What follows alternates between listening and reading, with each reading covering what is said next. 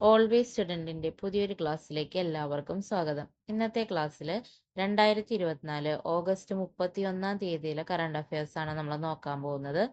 ഈ ഒരു ക്ലാസ്സിൻ്റെ PDF നോട്ട്സ് അവൈലബിൾ ആയി കിട്ടാൻ വേണ്ടി നമ്മുടെ ടെലഗ്രാം ചാനൽ ഒന്ന് സബ്സ്ക്രൈബ് ചെയ്യുക. ചാനലിൻ്റെ ലിങ്ക് ഡിസ്ക്രിപ്ഷൻ ബോക്സിൽ കൊടുക്കുന്നതായിരിക്കും. അപ്പോൾ ഇന്നത്തെ ക്ലാസ്സിൽ നമ്മൾ ആദ്യം ഡിസ്കസ് ചെയ്യാൻ പോകുന്നത് പ്രൊജക്ട് നമാൻ എന്ന് പറഞ്ഞിട്ടുള്ളൊരു ഇന്ത്യൻ ആർമി ലോഞ്ച് ചെയ്തിട്ടുള്ള പുതിയൊരു പ്രോഗ്രാമാണ്. എന്താണെന്ന് നോക്കാം. The Indian army has launched the first phase of Project Naman aimed at providing comprehensive support and services to defense pensioners, veterans and their families. അതായത് ഡിഫൻസിൽ വർക്ക് ചെയ്ത അല്ലെങ്കിൽ ഇന്ത്യൻ ആർമിയിൽ വർക്ക് ചെയ്തിട്ടുള്ള ഇപ്പോഴത്തെ നിലവിലെ പെൻഷനേഴ്സ് ആയിട്ടുള്ള ആൾക്കാർ, അതുപോലെ അതിലെ കുറെ കാലങ്ങൾ വർക്ക് ചെയ്ത വെറ്ററൻസ് ആയിട്ടുള്ള ആൾക്കാർ, അവരുടെ ഫാമിലീസ്, അവർക്ക് പല രീതിയിൽ വളരെ വിപുലമായ രീതിയിൽ സപ്പോർട്ട് കൊടുക്കുക, അവർക്ക് അത്യാവശ്യം വേണ്ട സർവീസസ് ഒക്കെ പ്രൊവൈഡ് ചെയ്യുക എന്നുള്ള ലക്ഷ്യത്തോടു കൂടി ലോഞ്ച് ചെയ്തിരിക്കുന്ന പ്രോജക്റ്റാണ് നമാൻ എന്ന് പറയുന്നത്. അതിന്റെ ഫസ്റ്റ് ഫേസ് ഇന്ത്യൻ ആർമി ഇപ്പം ലോഞ്ച് ചെയ്തിരിക്കുകയാണ്. It is launched by the Army wives welfare association, AWWA. അപ്പോൾ ഈ ഒരു അസോസിയേഷനാണ് ഇത് ലോഞ്ച് ചെയ്തിരിക്കുന്ന Army wives welfare association. Centred on Sparsh digital pension system which streamlines pension related processes. അതായത് ആർമിയിലെ പെൻഷൻ റിലേറ്റഡ് പ്രോസസ്സുകളൊക്കെ കൈകാര്യം ചെയ്യുന്ന ഒരു ഡിജിറ്റൽ പെൻഷൻ സിസ്റ്റമാണ് സ്പർശ് എന്ന് പറയുന്നത്. അപ്പൊ അതിനെ കേന്ദ്രീകരിച്ചിട്ടാണ് ഈ ഒരു നമാൻ എന്ന് പറയുന്ന പ്രോജക്റ്റും വരുന്നത്. എന്താണ് സ്പർശിന്റെ full form? System for pension administration Raksha. System for pension administration Raksha എന്നുള്ളതാണ് സ്പർശിന്റെ പൂർണ്ണരൂപം. അപ്പൊ ആ ഒരു പ്രോഗ്രാമിനെ കേന്ദ്രീകരിച്ചിട്ടാണ് നമാനും വന്നിരിക്കുന്നത്. സ്പർശ് എന്താണ്? It is a digital pension system which streamlines pension related process of Indian Army officials and or pensioners, enhances access to services, essential services for veterans and their families like grievance redressal, and also provide entrepreneurial opportunities for veterans and next of kin who manages the common service centers. അപ്പോൾ ഈ ഒരു പ്രോജക്റ്റിൽ പറഞ്ഞു നമ്മളിപ്പോൾ ഇവർക്ക് എല്ലാ രീതിയിലും support service ഒക്കെ കൊടുക്കുക എന്നുള്ളതാണ് ഉദ്ദേശിക്കുന്നത്. അപ്പോൾ ഇങ്ങനെ സർവീസ് കൊടുക്കാൻ വേണ്ടിയിട്ട് കോമൺ സർവീസ് സെന്റേഴ്സ് എസ്റ്റാബ്ലിഷ് ചെയ്യും. അപ്പൊ ഈ കോമൺ സർവീസ് സെന്റേഴ്സ് മാനേജ് ചെയ്യുന്നത്, അല്ലെങ്കിൽ അതൊരു പുതിയൊരു ഓൺടർപ്രണർഷിപ്പ് ആയിട്ട് കോമൺ സർവീസ് സെന്റേഴ്സ് സ്റ്റാർട്ട് ചെയ്യുന്നത് ഇത്തരത്തിലുള്ള ആർമിയിലെ വെറ്ററൻസ് ആയിട്ടുള്ള ആൾക്കാരും അല്ലെങ്കിൽ ഇവരുടെ നെക്സ്റ്റ് ഓഫ് കിൻ, അവരുടെ അടുത്ത ബന്ധുക്കളായിട്ടുള്ള ആൾക്കാർക്കാണ് കോമൺ സർവീസ് സെന്റേഴ്സ് സ്റ്റാർട്ട് ചെയ്യാനായിട്ടുള്ള ഒരു ഓപ്പർച്യൂണിറ്റി കൊടുക്കുക. അപ്പൊ അതുവഴി ഈ കോമൺ സർവീസ് സെന്റേഴ്സ് വഴി ഇവർക്ക് അത്യാവശ്യം വേണ്ട എല്ലാ എസെൻഷ്യൽ സർവീസസിലേക്ക് ആക്സസും കിട്ടും.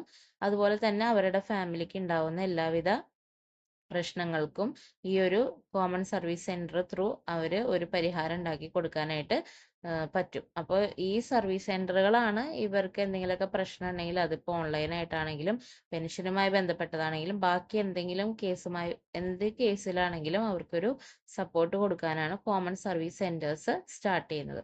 അപ്പൊ ഇതാണ് പ്രൊജക്ട് നമാൻ എന്ന് പറയുന്നത്. അത് ഇന്ത്യൻ ആർമി ലോഞ്ച് ചെയ്തിരിക്കുന്ന പെൻഷനേഴ്സിനെയും വെറ്ററൻസിനെ അവരുടെ ഫാമിലിനെയും സപ്പോർട്ട് ചെയ്യാൻ വേണ്ടി ലോഞ്ച് ചെയ്തിരിക്കുന്ന പ്രോഗ്രാമാണെന്ന് ഓർത്തിരിക്കുക. നെക്സ്റ്റ് നമ്മൾ നോക്കാൻ പോകുന്നത് ഇന്ത്യയുടെ ലോ കമ്മീഷനെ കുറിച്ചിട്ടുള്ള കുറച്ച് ബേസിക് ഡീറ്റെയിൽസ് ആണ്. ഇപ്പൊ നമ്മുടെ പല PSC എക്സാമിനും പല സ്റ്റാറ്റ്യൂട്ടറി അല്ലെങ്കിൽ കോൺസ്റ്റിറ്റ്യൂഷണൽ ബോഡീസിനെ പറ്റിയിട്ടൊക്കെ അതിന്റെ ബേസിക് ഡീറ്റെയിൽസ് ഒക്കെ ചോദിക്കുന്നുണ്ട്. അപ്പൊ നമുക്കൊന്ന് ലോ കമ്മീഷനെ പറ്റി പറഞ്ഞു പോവാം. It is a non-statutory body periodically constituted by the Government of India. അതായത് ഒരു നിശ്ചിത കാലയളവിലേക്ക് വേണ്ടി ഗവൺമെന്റ് ഓഫ് ഇന്ത്യ ഫോർമുലേറ്റ് ചെയ്യുന്ന ഒരു നോൺ സ്റ്റാറ്റ്യൂട്ടറി ബോഡിയാണ്. സ്റ്റാറ്റ്യൂട്ടറി ബോഡി എന്ന് പറഞ്ഞു കഴിഞ്ഞാൽ ഏതെങ്കിലും ഒരു നിയമത്തിന്റെ പിൻബലത്തിൽ അല്ലെങ്കിൽ നിയമത്തിനോടൊപ്പം അല്ലെങ്കിൽ നിയമം കാരണം ഫോം ചെയ്തിട്ടുള്ള ബോഡീസ് ആണ് സ്റ്റാറ്റ്യൂട്ടറി ബോഡി എന്ന് പറയുന്നത്. അപ്പൊ നോൺ സ്റ്റാറ്റ്യൂട്ടറി ബോഡി എന്ന് പറയുന്നത് അപ്പൊ എന്തായാലും നിയമം മൂലം ഫോം ചെയ്തതല്ല. It is an executive body. അപ്പോൾ ഗവൺമെന്റിന്റെ എന്തെങ്കിലും ഒരു എക്സിക്യൂട്ടീവ് ഓർഡർ വഴി ഫോം ചെയ്തിട്ടുള്ള ഒരു എക്സിക്യൂട്ടീവ് ബോഡി ആണ് ലോ കമ്മീഷൻ ഓഫ് ഇന്ത്യ എന്ന് പറയുന്നത്. അത് പീരിയോഡിക്കലി കോൺസ്റ്റിറ്റ്യൂട്ട് ചെയ്യുന്നതാണ്. അതായത് ഇത്ര വർഷം, പിന്നെ അത് കഴിഞ്ഞ് ആ ഒരു കമ്മീഷനിലെ അംഗങ്ങളെ മാറ്റി പുതിയ കമ്മീഷൻ, അപ്പൊ അങ്ങനെയാണ് ഇതിങ്ങനെ പീരിയോഡിക്കലി ചേഞ്ച് ചെയ്തുകൊണ്ടിരിക്കും. The first commission established during British India in 1834 under the Charter Act of 1833 chaired by Lord Macaulay. അതായത് ഏറ്റവും ആദ്യമായിട്ട് ഇന്ത്യയിൽ ലോ കമ്മീഷൻ വരുന്നത് സ്വാതന്ത്ര്യത്തിന് മുൻപാണ്. അതായത് 1834 ആദ്യത്തെ ലോ കമ്മീഷൻ ബ്രിട്ടീഷ് ഇന്ത്യയിൽ വരുന്നത്. ഏത് ആക്ടിന്റെ ഭാഗമായിട്ടാണ്? ചാർട്ടർ ആക്ട് ഓഫ് 1833യുടെ ഭാഗമായിട്ടാണ് ഇന്ത്യയിൽ ലോ കമ്മീഷൻ വരുന്നത്. ആ ഒരു കമ്മീഷന്റെ ചെയർപേഴ്സൺ ആരായിരുന്നു? ലോർഡ് മെക്കൗലി ആയിരുന്നു ആ first law commission of British ഇന്ത്യയുടെ ചെയർപേഴ്സൺ ലോർഡ് മെക്കൗലി ആയിരുന്നു. Focused on codification of laws like penal code and criminal procedure code. അപ്പോൾ ഈ ഫസ്റ്റ് ലോ കമ്മീഷന്റെ പ്രധാനപ്പെട്ട ഉദ്ദേശങ്ങളിൽ ഒന്നായിരുന്നു ഈ പീനൽ കോഡും അതുപോലെ ക്രിമിനൽ പ്രൊസീജിയർ കോഡും ഒക്കെ ഒന്ന് കോഡിഫൈ ചെയ്തെടുക്കുക, അതൊന്ന് കൺസ്ട്രക്ട് ചെയ്തെടുക്കുക എന്നുള്ളത്.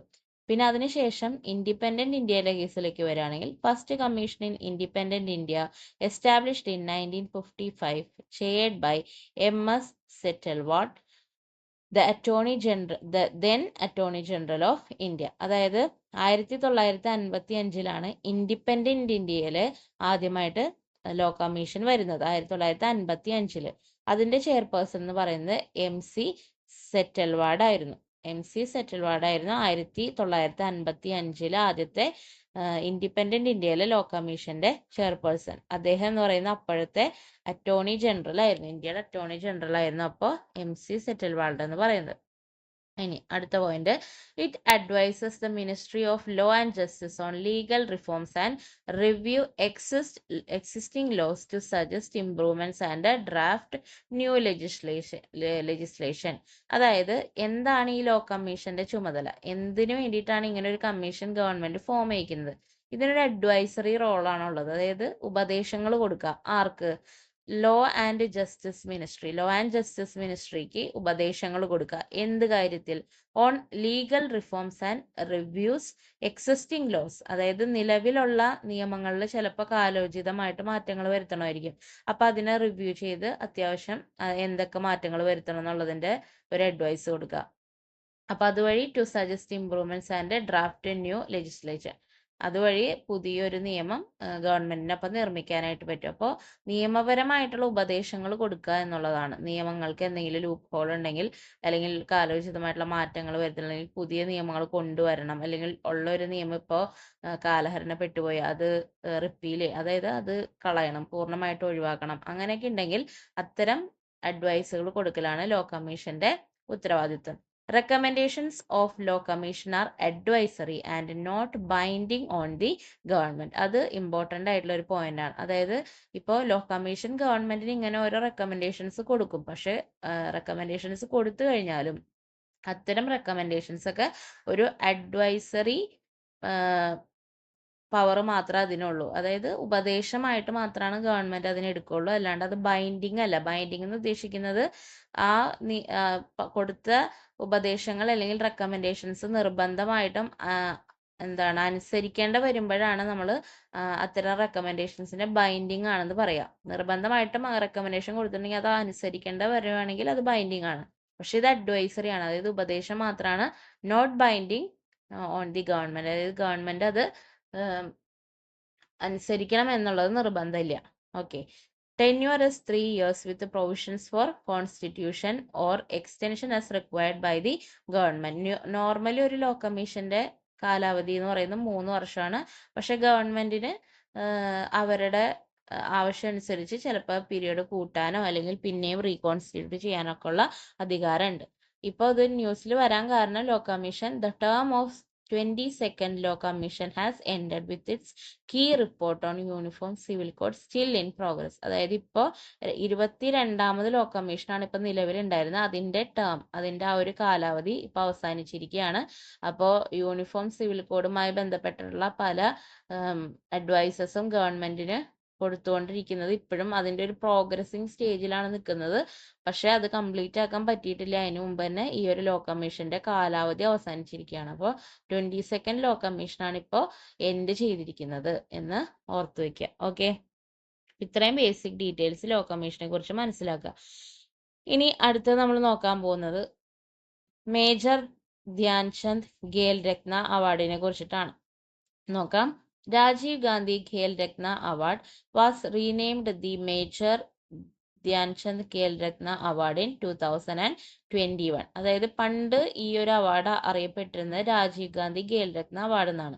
പിന്നീട് 2021 റീസെന്റ് ആയിട്ടാണ് ഈ ഒരു നെയിം ചേഞ്ച് വന്നത്. അതായത് രാജീവ് ഗാന്ധി ഖേൽ രത്ന അവാർഡിന്റെ പേര് മാറ്റി 2021 എന്താക്കി, മേജർ ധ്യാൻചന്ദ് ഖേൽ രത്ന അവാർഡ് എന്നാക്കി മാറ്റി. It is the highest sporting award given by the ministry of youth affairs and sports for spectacular and most outstanding performance in the field of sports by a sportsperson over 4 years. അതായത് കഴിഞ്ഞ 4 വർഷങ്ങളിലായിട്ട് ഏറ്റവും നല്ല രീതിയിൽ most outstanding പെർഫോമൻസും spectacular പെർഫോമൻസും നടത്തുന്ന sports പേഴ്സൺസിന് നൽകുന്ന ഒരു അവാർഡാണ് ഈ ഒരു മേജർ ധ്യാൻചന്ദ് ഖേൽ രത്ന അവാർഡ്. അപ്പോൾ നമ്മുടെ ഇന്ത്യയിൽ നിലവിലുള്ള ഏറ്റവും ഹയസ്റ്റ് ആയിട്ടുള്ള സ്പോർട്ടിംഗ് അവാർഡാണ് ഖേൽ രത്ന അവാർഡ്. അത് നൽകുന്ന ministry of youth affairs and sports ആണ്. The award comes with a cash prize of ₹25 lakh 25 ലക്ഷം രൂപയാണ് ഇതിന് നൽകുന്ന cash prize. Khel Ratna award was instituted in 1991-92 and the first recipient was the chess legend Vishwanath Anand. അപ്പൊ ഏറ്റവും ആദ്യം ഇന്ത്യയിൽ ഖേൽ രത്ന അവാർഡ്, അതായത് ആ സമയത്ത് അപ്പൊ അതിന്റെ പേര് രാജീവ് ഗാന്ധി ഖേൽ രത്ന അവാർഡ് എന്നായിരുന്നു. അപ്പൊ അത് കൊണ്ടുവരുന്നത് 1991-92 കാലഘട്ടത്തിലാണ്. ആദ്യം ഈ ഒരു അവാർഡ് ലഭിച്ചത് ചെസ് മാസ്റ്റർ ആയിട്ടുള്ള വിശ്വനാഥ് ആനന്ദിനാണ് ഈ ഒരു അവാർഡ്. അതായത് രാജീവ് ഗാന്ധി ഖേൽ രത്ന അവാർഡ് ആദ്യമായിട്ട് ലഭിക്കുന്നത് വിശ്വനാഥ് ആനന്ദിനാണ്. ഇത്രയും കാര്യങ്ങൾ ഖേൽ രത്ന അവാർഡുമായിട്ട് മനസ്സിലാക്കാം. നെക്സ്റ്റ് നമ്മൾ നോക്കാൻ പോകുന്നത് പേയ്മെന്റ് പാസ് കീ സർവീസ് എന്ന് പറഞ്ഞിട്ടുള്ള ഒരു kind of transaction, online transaction മെത്തേഡാണ്. നോക്കാം. The payment pass key service is a secure non OTP based method for managing online transaction. അതായത് നമുക്ക് പല രീതിയിലുള്ള ട്രാൻസാക്ഷൻസ് ഓൺലൈൻ ത്രൂ നമ്മൾ നടത്തുന്നുണ്ട്. അപ്പൊ അത് ഏറ്റവും സെക്യൂർ ആയിട്ട് നടത്താനാണ് എല്ലാവരും ശ്രമിക്കുക. അപ്പോൾ അതിന്റെ ഭാഗമായിട്ട് ഇപ്പൊ നമ്മൾ നിലവിലൊക്കെ ചെയ്യുന്ന കാര്യം എന്താണെന്ന് വെച്ചിട്ടുണ്ടെങ്കിൽ OTP ബേസ്ഡ് ആയിട്ട് നമ്മൾ ട്രാൻസാക്ഷൻസ് നടത്തുക എന്നുള്ളതാണ്. അപ്പോൾ OTP നമ്മുടെ രജിസ്റ്റേർഡ് ഫോൺ നമ്പേഴ്സിലേക്കേ വരുള്ളൂ, അല്ലെങ്കിൽ മെയിലിലേക്കേ വരുള്ളൂ. അപ്പോൾ അതിലേക്ക് ആക്സസ് ഉള്ള ആളുകൾക്ക് മാത്രമാണ് അത് ആ ഒരു OTP കിട്ടുക. അതുവഴി നമുക്ക് ഫിനാൻഷ്യൽ ട്രാൻസാക്ഷൻസ് സെക്യൂർ ആയിട്ട് ചെയ്യാം. അപ്പോൾ ഇതിനേക്കാളും കുറച്ചും കൂടി സെക്യൂർ ആയിട്ട് OTP ഒന്നും ആവശ്യമില്ലാണ്ട് ഓൺലൈൻ ട്രാൻസാക്ഷൻസ് സെക്യൂർ ആയിട്ട് മാനേജ് ചെയ്യാൻ പറ്റുന്ന ഒരു സർവീസാണ് പേയ്മെന്റ് പാസ് കീ സർവീസ് എന്ന് പറയുന്നത്. അപ്പോൾ payment pass key service is a secure non OTP based method for managing online transactions. ഇനി എന്താണ് അതിൽ ചെയ്യണത്? Instead of using traditional passwords or one time passwords, this service relies on biometric authentication like fingerprint or facial scans or pins available on the user's device. അതായത് ഇത്തരം payment pass key സർവീസുകളിൽ traditional ആയിട്ട് ഉപയോഗിക്കുന്ന പാസ്വേഡോ അല്ലെങ്കിൽ one time പാസ്വേഡുകളോ ഒന്നും ഉപയോഗിക്കാതെ അതിന് പകരം ഈ യൂസറിന്റെ ബയോമെട്രിക് ഒതന്റിക്കേഷൻ യൂസ് ചെയ്യും. അതായത് ഫിംഗർ പ്രിന്റ്, ഫേസ് സ്കാൻ, അതായത് ഐർ സ്കാൻ ഒക്കെ പോലെയുള്ള ബയോമെട്രിക് ഒതന്റിക്കേഷൻ യൂസ് ചെയ്യും. അതും അല്ലെങ്കിൽ യൂസറിന്റെ ഡിവൈസിൽ മാത്രം അവൈലബിൾ ആവുന്ന പിന്നുകൾ വഴിയും ഈ ഒരു പേയ്മെന്റ് പാസ് കീ സർവീസ് നടത്താം. The service uses tokenization to replace sensitive financial information with secure encrypted tokens. അതായത് സാധാരണ നമ്മളിപ്പോൾ കൊടുക്കുമ്പോൾ നമ്മുടെ ഫിനാൻഷ്യൽ ഇൻഫർമേഷൻ, ഇപ്പോൾ അതായത് അക്കൗണ്ട് ഡീറ്റെയിൽസും ആ ഒരു അക്കൗണ്ടുമായി ബന്ധപ്പെട്ട ഡീറ്റെയിൽസ് ഒക്കെ നമ്മൾ ആ ഒരു ട്രാൻസാക്ഷന് വേണ്ടിയിട്ട് കൊടുക്കണം. അപ്പം അങ്ങനെ ഫിനാൻഷ്യൽ ഇൻഫർമേഷൻ, സെൻസിറ്റീവ് ആയിട്ടുള്ള ഫിനാൻഷ്യൽ ഇൻഫർമേഷൻ ഫുള്ള് നമ്മൾ കൊടുക്കാണ്ട് ഇത്തരം ഈ ഫിനാൻഷ്യൽ ഇൻഫർമേഷൻസിനെ റീപ്ലേസ് ചെയ്തിട്ട് ഒരു എൻക്രിപ്റ്റഡ് ടോക്കൺ ഓരോ യൂസറിനും അവൈലബിൾ ആയിരിക്കും. ആ ടോക്കൺ വഴി ആയിരിക്കും നമ്മൾ ഇത്തരം സർവീസസ് യൂസ് ചെയ്യുക. അപ്പം ഡയറക്റ്റ് ആയിട്ട് ഫിനാൻഷ്യൽ ഇൻഫർമേഷൻ ഇവിടെ യൂസ് ചെയ്യേണ്ട ആവശ്യമില്ല. ഇത്തരം ഫിനാൻഷ്യൽ ഇൻഫർമേഷൻ എല്ലാവരും കൂടി ചേർത്തിട്ട് ഒരു എൻക്രിപ്റ്റഡ് ടോക്കൺ ക്രിയേറ്റ് ചെയ്യും. ആ ടോക്കൺ ത്രൂ ആയിരിക്കും സർവീസസ് നടത്തുക. This means your actual financial data is not shared during transaction, enhancing security. അപ്പം നിങ്ങൾ എന്ത് ചെയ്യേണ്ട വരില്ല, നിങ്ങളുടെ ഫിനാൻഷ്യൽ ഡേറ്റ, ശരിക്കുള്ള ഫിനാൻഷ്യൽ ഡേറ്റ ആരുമായിട്ട് ഷെയർ ചെയ്യേണ്ട വരില്ല. അത് നിങ്ങളുടെ സെക്യൂരിറ്റി കൂട്ടാനായിട്ട് സഹായിക്കും. ഇപ്പൊ ഇത് ന്യൂസിൽ വരാൻ കാരണം Mastercard has debuted its payment pass key service in India. അപ്പോൾ അടുത്തിടെ ഇന്ത്യയിൽ മാസ്റ്റർ കാർഡ് അതിൻ്റെ ആദ്യത്തെ payment pass key services start ചെയ്തു. അതുകൊണ്ടാണ് ഈ ഒരു മോഡ് ഓഫ് ട്രാൻസാക്ഷൻ അഥവാ പേയ്മെന്റ് പാസ് കീ സർവീസിനെ കുറിച്ച് ഇപ്പോൾ ന്യൂസിൽ വരാനുള്ള കാരണം. അപ്പോൾ ഇത്രയാണ് നമ്മൾ ഇന്നത്തെ ക്ലാസ്സിൽ കവർ ചെയ്യുന്നത്. നിങ്ങൾക്ക് എല്ലാ ഡീറ്റെയിൽസും ഹെൽപ്ഫുൾ ആയെന്ന് കരുതുന്നു. അപ്പോൾ വീഡിയോ ഇഷ്ടപ്പെട്ടെങ്കിൽ ചാനൽ ഒന്ന് സബ്സ്ക്രൈബ് ചെയ്ത് സപ്പോർട്ട് ചെയ്യുക. അടുത്ത വീഡിയോ ആയിട്ട് കാണുന്നവരെ എല്ലാവർക്കും താങ്ക്സ് ഫോർ വാച്ചിങ്.